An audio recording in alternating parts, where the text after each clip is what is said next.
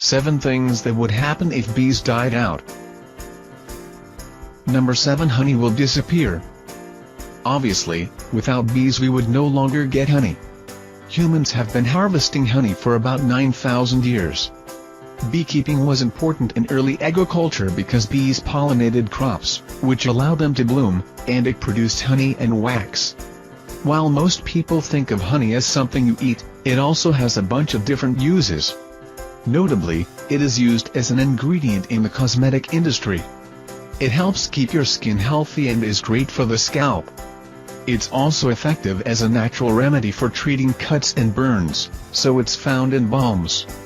Another major use of honey is in cough medicine and lozenges. The honey helps both the taste of the cold aids and it helps soothe the throat. Number 6. Many fruits and vegetables will stop growing. Bees play a vital role in the world's ecosystem. According to a report by the United Nations, of the 100 crop species that provide 90% of the world's food supply, over 70 are pollinated by bees. According to the BBC, half of all the food in the grocery store would be gone if bees disappeared. This includes such everyday staples as almonds, apples, avocados, cashews, blueberries, grapes, peaches, peppers, strawberries, tangerines, walnuts, watermelons, and probably worst of all, coffee. Number 5. Pollination by humans.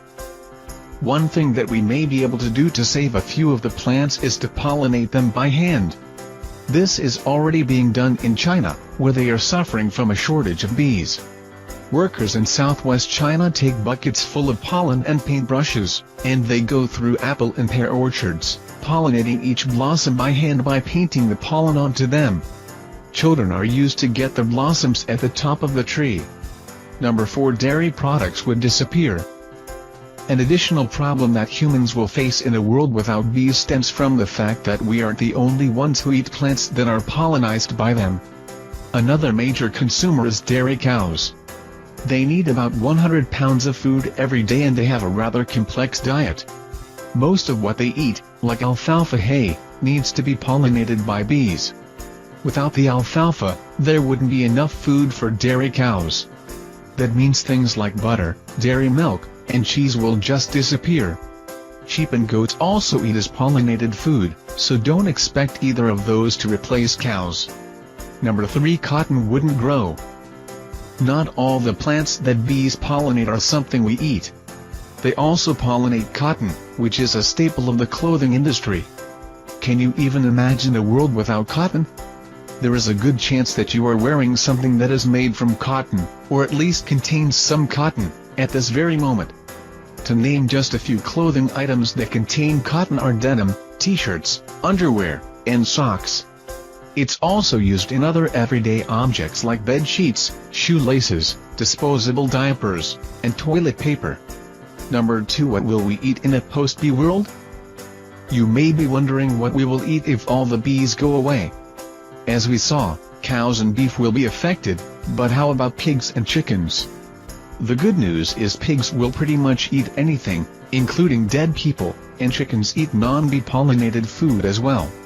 That means that pork and chicken will likely become the staple proteins in many people's diets.